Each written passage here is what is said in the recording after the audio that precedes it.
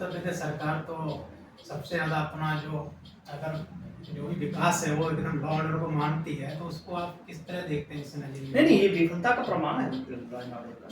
वो तो अगर वो विफल हैं तभी तो इस तरीके की घटनाएं वो हुई तो हैं। मानते नहीं है हम विफल हैं, वो ये तो समस्या कहते उत्तर हैं प्रदेश सरकार की क्या है कि जब समस्या को मानेंगे तो उसका समाधान वो ढूंढेंगे। कहते हैं कि समाजवादी पार्टी जातिगत राजनीति कर रही है। देखिए, समाजवादी पार्टी में चाहे अगड़ा हो, चाहे पिछड़ा हो, चाहे दलित हो, चाहे अल्पसंख्यक हो, आदरणीय जयेश मिश्रा से ब्राह्मण उत्तर प्रदेश में कौन, और समाजवादी पार्टी, मैं समाजवादी पार्टी की बात कर रहा हूँ, समाजवादी पार्टी की पूर्ण बहुमत की सरकार थी, तो आदरणीय वयोवृद्ध माता प्रसाद पांडे को विधानसभा का अध्यक्ष बनाया था। ध्यान रखिएगा ये बात। दूसरी सबसे बड़ी बात कर रहा हूँ, जब ये अगड़ा विरोधी कहते हैं तो उसके मैं जवाब में कह रहा हूँ, समाजवादी पार्टी जब आज के रेट में सवर्ण लोग कहते हैं कि समाजवादी पार्टी राजपूत विरोधी है, ब्राह्मण विरोधी है, तब मैं कह रहा हूँ कि आज माननीय अखिलेश यादव जी जब अपनी सीट खाली किए तो वयोवृद्ध समाजवादी आदरणीय माता प्रसाद पांडे को नेता प्रतिपक्ष बनाया, पहला। दूसरा, मैं सबसे इम्पोर्टेंट विषय पे आ रहा हूँ, समाजवादी पार्टी के दो बड़े फ्रंटनर हैं, एक महिला समाज और एक मुलायम सिंह यादव, जिसका मैं भी राष्ट्रीय पार्टी जी जी। माननीय अखिलेश यादव जी यादव समाज से आते हैं, पिछले समाज से आते हैं, लेकिन एक राजपूत के बेटे आदरणीय सिद्धार्थ सिंह को उन्होंने राष्ट्रीय अध्यक्ष बनाया, सरकार थी उसमें मंत्री बनाया। मैं ये बात सरकार से जोड़ रहा हूँ और 2012 से लेकर के और अब तक की बातें मैं कर रहा हूँ, 2025 में हम लोग श्रीमती जूही सिंह जी सरकार में मंत्री रही, आज महिला सभा के राष्ट्रीय अध्यक्ष हैं, फिर भी इस तरीके की बातें होती हैं। नहीं, वो आपकी बात मान लीजिए, समाजवादी पार्टी के कुछ पद पे क्या है पर कास्ट है, लेकिन आप उस कास्ट का विरोध कर रही है समाजवादी पार्टी, तो आपको कैसे नहीं विरोध लगता कर रही है? आपको आप नहीं बताइए लगता कि समाजवादी पार्टी यूथ आपको ब्रिगेड का राष्ट्रीय अध्यक्ष बनाया, आपको नहीं लगता कि आने वाले टाइम में जो इलेक्शन है 27 में पार्टी में कुछ इसका असर पड़ेगा? कहीं कुछ असर नहीं पड़ेगा इसमें। अगड़ा पिछड़ा दलित अल्पसंख्यक सब एक होकर के उत्तर प्रदेश की बेहतरी के लिए, उत्तर प्रदेश के बच्चों के भविष्य के लिए, उत्तर प्रदेश में बेहतर स्वास्थ्य व्यवस्था के लिए, उत्तर प्रदेश में बेहतर शिक्षा व्यवस्था के लिए, उत्तर प्रदेश की बेहतर सड़कों के लिए, उत्तर प्रदेश की बेहतरी के लिए, उत्तर प्रदेश के नौजवानों के लिए नौकरी के लिए, उत्तर प्रदेश के लोग माननीय अखिलेश यादव जी को एकजुट होकर के मुख्यमंत्री बनाने का काम करेंगे और उत्तर प्रदेश की 403 सीट पे सभी जाति, सभी धर्म, सभी मजहब के लोग एक होकर के समाजवादी पार्टी को वोट करेंगे। क्या पीडीए से ही मुख्यमंत्री बन सकते हैं अखिलेश यादव? पीडीए के अलावा बाकी हमारे प्रदेश में या देश में और भी जाति है, तो उसका समीकरण वीडियो में तो सब आता है। मानी जी ने कई बार कहा कि गरीब अगड़ा भी होता है, आदिवासी भी होता है, अल्पसंख्यक भी होता है, पिछड़ा भी होता है, दलित भी होता है, तो कौन छूटा इसमें? अपर कास्ट है तो अपर कास्ट अगड़ा भी तो होता है, अपर कास्ट में अगड़ा ही तो होगा। माननीय राष्ट्रीय देखिए कई बार कहा कि पीडीए में एक का मतलब अगड़ा भी होता है। ये मुख्य स्ट्रीम जो मेन स्ट्रीम की मीडिया है, क्योंकि वो सत्ता की चाटुकारिता में इतना वो लोग मगन हो चुके हैं, इतना गुम हो चुके हैं कि उनको जो बुनियादी जो जिम्मेदारियां होती हैं पत्रकारिता, या फिर कह लीजिए कि हमारे देश की जो लोकतांत्रिक प्रक्रिया जो चौथा स्तंभ है, वो स्तंभ भारतीय जो सरकार है, सरकार के पीछे भाग रही है, ना कि देश के लोगों की समस्याओं की तरफ उनका ध्यान आकर्षित होना चाहिए। बाकी आपकी बात ठीक है, लेकिन कुछ लोग जिससे राष्ट्रीय अध्यक्ष जिस समाज से आते हैं उस समाज में कुछ लोग कहते हैं कि जो ये कांड हुआ था इटावा का, इसमें राष्ट्रीय अध्यक्ष जी ने, माननीय अखिलेश यादव जी ने इसको इस तरह नहीं उठाया, इस तरह से उठाना चाहिए। नहीं, माननीय राष्ट्रीय अध्यक्ष जी ने उन लोगों को बुलाया, मैं उसके सहयोग से लखनऊ में ही था, उनको सम्मानित किया और माननीय जी ने कहा है ये बात, ये मामला लॉ एंड ऑर्डर का है। उत्तर प्रदेश सरकार के लोगों को, उत्तर प्रदेश सरकार जो कानून व्यवस्था से भरोसा उठा हुआ है, उस भरोसा दिलाने में विफल रही है, माननीय जी ने कहा। अब इससे ज्यादा क्या हो सकता है? तो देखते हैं इसका क्या असर रहता है आने वाले चुनाव में। तो देश के लोगों को बाकी मेरा नेक्स्ट क्वेश्चन ये है कि जैसे अभी सरकार ने एक आदेश जारी किया है और स्कूल, जो सरकारी स्कूल थे इसमें लगभग 5000 स्कूल के करीब बंद होने का आदेश है, उसको आप किस नजरिए से देखते हैं? देखिए, दो चीजें हैं। उत्तर प्रदेश सरकार नहीं चाहती कि गरीबों के बच्चे पढ़ें। मैं दो बड़े फैक्चुअल बातें कहूँगा। एक तो ये कि जब परिवार में लोगों की संख्या बढ़ती है तो घर बढ़ाया जाता है, ना कि घर का एक हिस्सा बेच दिया जाए। उत्तर प्रदेश में हमारे बच्चों की संख्या बढ़ रही है, हमारे स्कूलों को बढ़ाने के बजाय उत्तर प्रदेश सरकार स्कूलों को बंद कर रही है। और जब गंवार रह गए बच्चा हमारा अशिक्षित रहेगा तो भारत और उत्तर प्रदेश विश्वगुरु कैसे बनेगा? जो विश्वगुरु की बात भारतीय जनता पार्टी और बीजेपी और आरएसएस के लोग, बजरंग दल के लोग करते हैं। जब उत्तर प्रदेश के बच्चे पढ़ेंगे नहीं, और ये उस कॉन्टेक्स्ट में बात हो रही है, अब नई सूचना मुझे मिल रही है कि जिन विद्यालयों में 70 से कम विद्यालय बच्चे हैं, उन विद्यालयों में बंद करने की तैयारी उत्तर प्रदेश सरकार, अभी ये खबरें मेरे पास अपुष्ट है, लेकिन जिस तरीके से नीचे से खबरें आती हैं अंदर से, मेरा सिर्फ कंसर्न ये है कि उत्तर प्रदेश के बच्चों के भविष्य के लिए उत्तर प्रदेश के मुख्यमंत्री जैसा असंवेदनशील मुख्यमंत्री आजादी के बाद आज तक कोई नहीं हुआ। माननीय मुख्यमंत्री जी उत्तर प्रदेश के बच्चों के भविष्य को बर्बाद कर रहे हैं। माननीय अखिलेश यादव जी जब मुख्यमंत्री थे तो नई बिल्डिंगें बनी, नए विद्यालय खुले, नए विश्वविद्यालय बने। माननीय मुख्यमंत्री योगी जी के सरकार में 5000 विद्यालय बंद हुए। मैंने एक आरटीआई लगाया है, मैंने पूछा है सरकार से कि सर आप बताइए कि आगे कितने स्कूलों को बंद करने दिया। और एक चीज और समझिएगा, इससे कानून व्यवस्था पे भी प्रभाव पड़ेगा। जब एक स्कूल से दूसरे स्कूल की दूरी बढ़ेगी तो अपराध बढ़ेगा, बच्चों के खिलाफ हिंसा बढ़ेगी और बहुत सारे बच्चों की शिक्षा पूर्ति नहीं हो पाएगी। ये बड़ा प्रश्न है। और जितने विकसित देशों में आप देखेंगे, मैं भी पढ़ रहा था, मैं अभी एक कोई शायद टाइम मैगजीन कौन सा मैं पढ़ रहा था, उसमें जापान का किसी शहर का, उसमें नाम मिस कर रहा हूँ, एक बच्ची को लेने के लिए उस शहर से 32 किलोमीटर दूर ट्रेन जाती है और लेके आती है। यूरोपियन कंट्री है ना, और बहुत सारी यूरोप के देशों में एक बच्चे के लिए पूरी ट्रेन चलाई जाती है। इधर सरकार एक विद्यालय में 49 बच्चे हैं, उस विद्यालय को भी बंद कर रही है। अब ये तो बच्चों की संख्या तो बढ़ रही है ना, तो हमको स्कूल बढ़ाने चाहिए। आप कह रहे हैं स्कूल बंद कर रहे हैं, सत्ता पक्ष का कहना है, कल मुख्यमंत्री जी ने भी ट्वीट किया है कि अब कोई भी बच्चा यूपी का वंचित नहीं रहेगा शिक्षा से। नहीं, झूठ बोल रहा है, वो नया आयोग बना रहे हैं, सीधा झूठ है। आप लोग कहते हैं कि जैसे कि वो पीजीटी या टीजीटी की परीक्षा नहीं करा पा रहे। अभी 22 या 21 जुलाई को भी मैं आपको 10 posting परीक्षाओं को मैं सूची दे देता हूँ। यूपी टीजीटी, टीजीटी, सहायक समीक्षा अधिकारी, उत्तर प्रदेश पुलिस, टीईटी जैसे 10 परीक्षाओं के पेपर लीक हुए। सरकार पेपर कंडक्ट नहीं करा पा रही है। ये सरकार की विफलता का जीवंत प्रमाण है। और उत्तर प्रदेश के लोगों के भविष्य को लेकर माननीय मुख्यमंत्री, उत्तर प्रदेश का कैबिनेट, प्रधानमंत्री जी सब लोग असंवेदनशील है। किसी को उत्तर प्रदेश के जो अभ्यर्थी हैं उनके भविष्य की चिंता नहीं। वो तो कह रहे हैं जो पिछली सरकार थी जब से वो सिस्टम पहले से फेलियर था, उसको हम सुधार रहे हैं। नेपोलियन ने कहा था वो कह रहे हैं आयोग बना रहे हैं हम। जब किसी को बर्बाद करना हो, किसी का भविष्य खत्म करना हो, किसी का भविष्य बर्बाद करना हो, तो उसको धर्म पे, उसको जाति पे, और जब इन चीज़ों से बात न बने तो पूर्ववर्ती सरकारों को दोष देना चाहिए। उत्तर प्रदेश में माननीय अखिलेश यादव ने शिक्षा मित्रों को सहायक शिक्षक बना दिया था।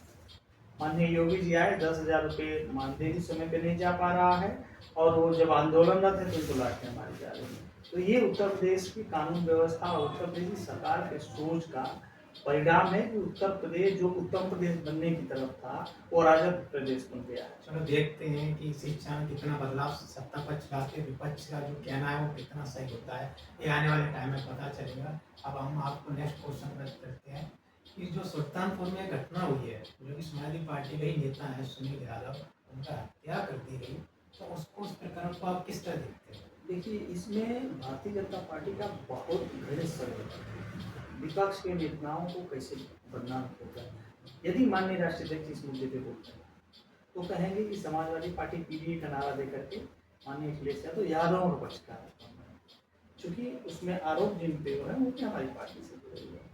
तो मैं ये बात बड़ी जिम्मेदारी से कह रहा हूँ कि उसके अलावा एक FIR और हुई है जिसमें अनगिनत 100 से ज़्यादा लोगों के खिलाफ FIR हुई, उसमें अधिकतर लोग समाजवादी पार्टी, समाजवादी विचारधारा से ताल्लुक रखने वाले थे। अब जब कोई घटना हुई नहीं तब भी पुलिस FIR कर रही है, और जब स्वर्गीय श्री सुनील यादव जी की हत्या की गई तो उनकी FIR करने में 3 दिन लग गया। अब देखिए कितनी घटनाओं का घटनाक्रम आप देखिए, एक FIR जिसकी कोई तहरीर नहीं देता, कोई वहाँ घटना नहीं घटी, कोई धक्का मुक्की नहीं हुई, FIR में आप हो जाती है, तो शासन उसको संज्ञान नहीं लेता है। एक व्यक्ति की हत्या हुई है और पोस्टमार्टम होने के बाद 3 दिन तक उनकी डेड बॉडी उनके घर के बाहर इसलिए रखी रहती है कि आप FIR नहीं करेंगे तो हम अंतिम संस्कार नहीं करेंगे।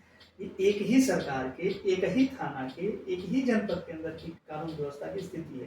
आप एक चीज समझिएगा, भारतीय जनता पार्टी विपक्ष के नेताओं को चरित्र हनन करने के लिए विभिन्न तरीके के षड्यंत्र करती है। उसी षड्यंत्र का हिस्सा है कि माननीय अखिलेश यादव जी को किस तरीके से यादव समाज से जोड़ करके बदनाम किया जाए कि जातिवादी लोग। लेकिन मैं आपसे कह रहा हूँ कि लखनऊ और आगरा एक्सप्रेस वे बना के उसमें सिर्फ यादव चलता है।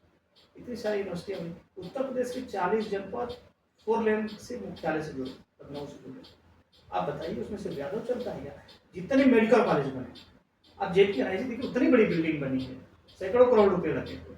उत्तर प्रदेश के सरकार के और उत्तर प्रदेश का संसाधन था ना वो, तो उत्तर प्रदेश के लोगों को उपयोग होना चाहिए, लेकिन वो बंद पड़ी। इस तरीके से जो उत्तर प्रदेश सरकार का जो कार्य की जो रवैया है वो रूढ़िवादी है।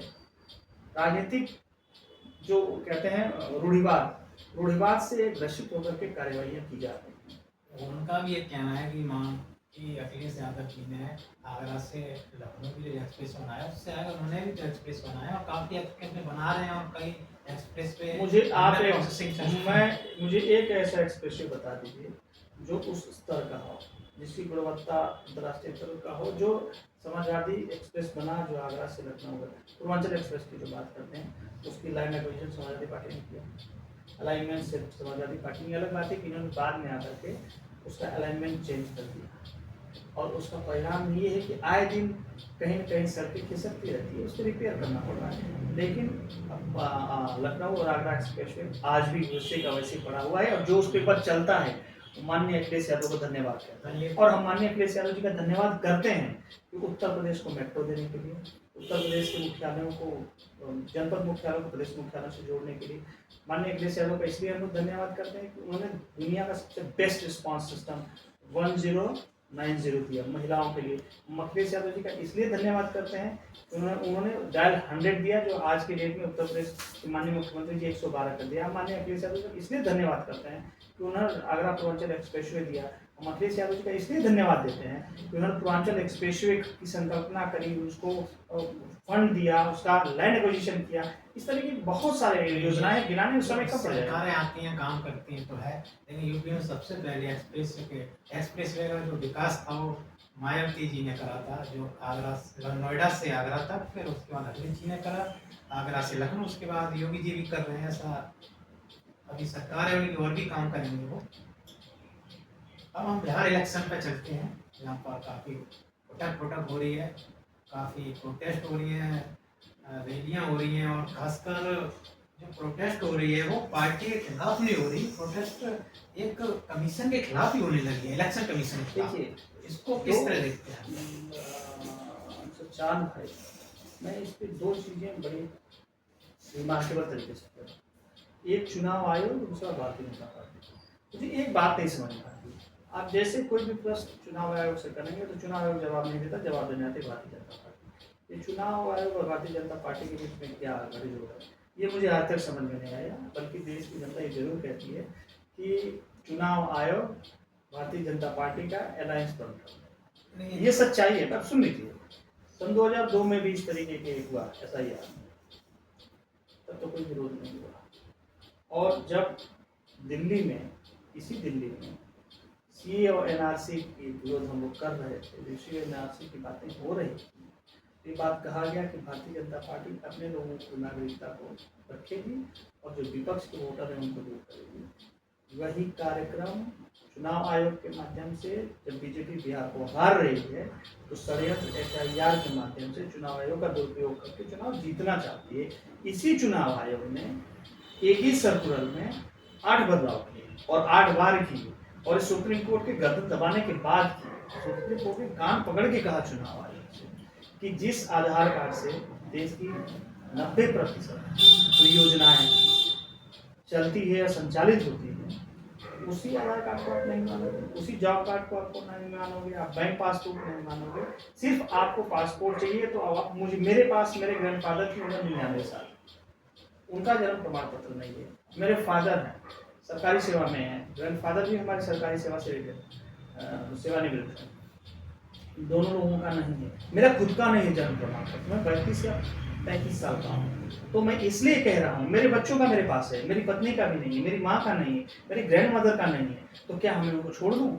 चुनाव आयोग और भारतीय जनता पार्टी पूर्णतः मतदाता सूची में अपने लोगों का नाम रख के विपक्ष के जितने भी मतदाता हैं उनका नाम षड्यंत्र वो काट आपका रही है। ये कहना है कि इलेक्शन कमीशन जो है बीजेपी के एजेंट की तरह काम करता है। बिल्कुल एजेंट लेकिन की तरह नहीं काम कर रहा है, बीजेपी का फ्रंटल बन के काम कर रहा लेकिन है। सत्ता पक्ष जो है वो ये भी है ना, जब बोलती है जब आप बीजेपी कहीं जीत जाती है किसी स्टेट में तो आप एजेंट बताते हो, जब नॉन बीजेपी जो पार्टी है, जो इंडिया अलायंस की पार्टी है, वो कहीं स्टेट में जब अपनी फाउंडेशन करती है गवर्नमेंट को, तब इलेक्शन कमीशन का तब एक बता दीजिए, एक कर्नाटक जीते कांग्रेस, कर्नाटक में प्रश्न लगाए माननीय नेता प्रतिपक्ष महोदय ने पार्लियामेंट के अंदर कहा है, पार्लियामेंट के अंदर क्या है, प्रोसीडिंग में आप पत्रकार हैं आप निकलवा लीजिएगा कि कर्नाटक में चुनाव आयोग ने हस्तक्षेप करने की कोशिश की और माननीय राष्ट्रीय अध्यक्ष जी ने कहा है कि इसी ईवीएम से चुनाव जीत करके इसी ईवीएम को, इसी चुनाव आयोग, इसी ईवीएम को हटाने का काम करेंगे, इसी चुनाव आयोग का ठीक करने का काम। समाजवादी पार्टी के राष्ट्रीय अध्यक्ष जी लोकसभा सीट में अच्छा प्रदर्शन करे, अच्छा सीट लेकर आए,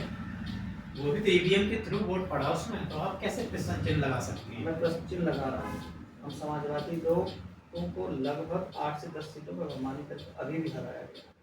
फर्रुखाबाद की सीट आप देख लीजिए, लखनऊ किशोर साहब को कैसे हराया गया, इतनी बेईमानी करके हराया गया। आप अलीगढ़ की सीट पे चले जाइए, मेरठ की सीट पे चले जाइए, देखिए कई पत्रकारों के पास डेटा है, आप कहेंगे मैं डेटा दे दूंगा, एक एक विधानसभाओं में 10-10 हज़ार, 20-20 हज़ार, 18-18 हज़ार मतदाताओं का नाम डिलीट किया गया और उतना ही मतदाताओं से जीती है भारतीय जनता पार्टी। दिल्ली में देख लीजिए आप। तो देखते हैं बिहार इलेक्शन में ईवीएम किसको फायदा पहुंचाती है, किसको नुकसान पहुंचाती है। लेकिन हम बात करेंगे कि आप समाजवादी पार्टी बिहार में कहाँ खड़ी है और किससे सपोर्ट कर रही है? माननीय राष्ट्रपति जी ने कहा है कि आदरणीय लालू प्रसाद यादव जी जो दल है, आदरणीय तेजस्वी यादव जी का जो दल है राष्ट्रीय जनता दल, हम उनकी मदद करेंगे। बाकी हम समाजवादी पार्टी के कार्यकर्ता हैं, माननीय अखिलेश यादव जी की सिपाही। माननीय जी का जो भी निर्देश होगा, जो भी संकेत होगा, जो भी आदेश होगा, उस एक संकेत को हम आदेश मान सब लोग समाजवादी पार्टी के लोग जहाँ जिसकी ड्यूटी लगी जाकर के पूरी निष्ठा और मेहनत से काम समाजवादी पार्टी के राष्ट्रीय अध्यक्ष जी बिहार में कैंपेनिंग करेंगे? ये बहुत उच्च स्तरीय विषय है, मैं इस पर कुछ कहने के लिए अधिकृत नहीं हूँ। माननीय राष्ट्रपति का जो भी निर्णय होगा हम सभी समाजवादी लोग सहज स्वीकार करते हैं, बड़े शासक जब हम लोग समाजवादी पार्टी के लोग माननीय जी जो आदेश करते हैं, माननीय राष्ट्रपति जी निर्देश देते हैं, उसका पालन करते हैं। क्या लगता है बिहार का करवट बदलेगा कि जो चल रहा है हवा वही चलती रहेगी? मुझे बिहार में इंदिरा गांधी की सरकार बनती दिख रही है, आदरणीय तेजस्वी यादव जी मुख्यमंत्री बनते दिख रहे हैं, लेकिन जिस तरीके की रवैया चुनाव आयोग का है, माननीय सुप्रीम कोर्ट के इंटरवेंशन के बाद उम्मीद एक जगी है, चुनाव आयोग के अंदर निष्पक्षता का जो भाव है वो निकल के बाहर आएगा। लेकिन जिस तरीके से आदेश दिए जा रहे हैं, हर रोज उनके ही सर्कुलर बदले जा रहे हैं, उससे चुनाव आयोग की निष्पक्षता पे और जो चुनावी प्रक्रिया है उस प्रक्रिया पे बड़ा प्रश्न चिन्ह लगा है, बड़ा अविश्वास पैदा हुआ है। अब वर्षों लग जाएंगे चुनाव आयोग को इस विश्वास, भरोसा बहाली, बहुत बड़ा प्रश्न। 2027 में समाजवादी पार्टी अगर रिटर्न करती है सत्ता में तो क्या इलेक्शन कमीशन में ठीक हो जाएगा? उत्तर प्रदेश में जो भी इलेक्शन कमीशन की प्रक्रिया है वो भी ठीक करने वो ठीक किया जाएगा। मैं आपका प्रश्न समझ गया, लेकिन बहुत सारे प्रक्रियाएं केंद्र सरकार के अधीन होती है और बहुत सारे मामले राज्य सरकार के अधीन होते हैं। तो राज्य सरकार के अधीन जो चुनाव आयोग मनमानी कर रहा है वो तो नहीं होने देंगे समाजवादी। मेरा कहने का मतलब आप अभी समझे नहीं, मैं ये कहना चाह रहा हूँ जैसे आप अभी विपक्ष आरोप लगा रही है इलेक्शन कमीशन पर, अगर समाजवादी पार्टी या बिहार में जो अपोजिशन पार्टी हैं जो फिलहाल, वो अगर कोई मतलब रूलिंग पार्टी बनती हैं तो इलेक्शन कमीशन उनके लिए फिर ठीक रहेगा क्या कि अब ठीक काम कर रहा है? नहीं, इलेक्शन कमीशन गलत किया है तो गलत है। उत्तर प्रदेश में मैं 2022 के चुनाव में 3 जनपद का प्रभारी था, जनपद हाथरस, जनपद महोबा, जनपद महोबा। मेरे पास ऐसा डेटा है, मैं हवा में नहीं कह रहा हूँ, जिसको चाहिए वो आके हमसे ले सकता है। एक एक विधानसभाओं में 18,000, 12,000, 5,000, 3,000, 10,000, 9,000 समाजवादी पार्टी के मतदाताओं को चिन्हित के वोट काटा गया। मेरे खुद के ग्रैंडफादर 98-99 साल के हैं और उनका मतदाता सूची में नाम नहीं है। मैंने जनपद मऊ के डीएम को लिखा, कहा, टेलीफोन किया, डेटा दिया, एसडीएम घोषी को लिखा, कहा जाके मिला, डेटा दिया, आज तक नहीं जुड़ा।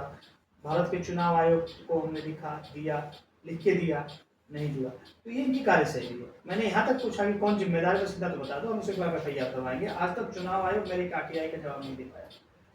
आप 2027 के इलेक्शन में समाजवादी पार्टी किस तरह से क्या तैयारियां चल रही है जो कि एक सत्ता पक्ष को खिलाफ एक अपना एक स्ट्रॉन्ग पिलर बना सके, और जो सत्ता पक्ष जो है कि अपना लॉ एंड ऑर्डर में इतना अपना को स्टैब्लिश कर रहा है, वो कर सका है कि वो कहता है कि हमारा लॉ एंड ऑर्डर बहुत बेटर है इंडिया में। झूठ बोलना भारतीय जनता पार्टी को, उनसे बड़ा झूठ बोलना कोई बोलने वाला नहीं है।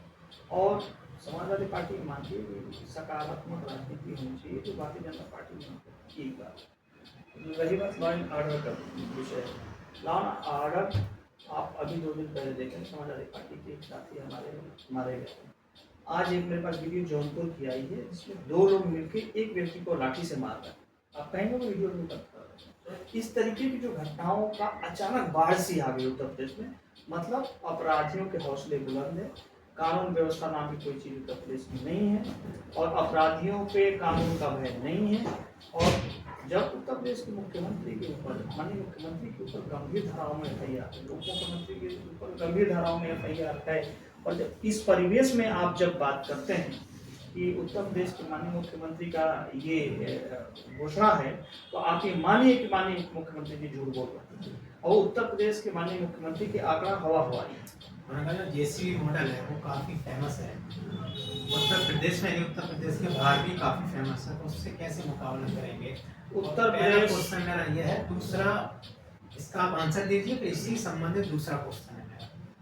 उत्तर प्रदेश में बुलडोजर निर्माण का प्रतीक था, बुलडोजर निर्माण में प्रयोग करता था, लेकिन जब से भारतीय जनता पार्टी ने सरकार उत्तर प्रदेश में बनाया है, वही बुलडोजर विनाश का प्रतीक बन गया है। ये 2 परसेप्शन और ओपिनियन बड़ा अंतर है समाजवादी पार्टी और भारतीय जनता पार्टी। वही JCB मॉडल हम फरीदाबाद के अनंतपुर गांव है वहाँ देखने को मिला, जो कि गुजर बहुल इलाका है, और उनकी महापंचायत भी हुई थी। उस महापंचायत में अपोजिशन का लीडर काफ़ी एकजुट हुए, उन्होंने आह्वान करा कि हम इसको आगे नहीं बढ़ने देंगे जो भी कार्रवाई हुई है। तो इसको आप कैसे देखते हैं कि JCB मॉडल जो है उत्तर प्रदेश से निकलकर और दूसरे स्टेट में जा रहा है? कोई भी चीज विनाश का कोई भी प्रतीक, वो प्रतीक कभी भी निर्माण का वहाँ से नहीं हो सकता।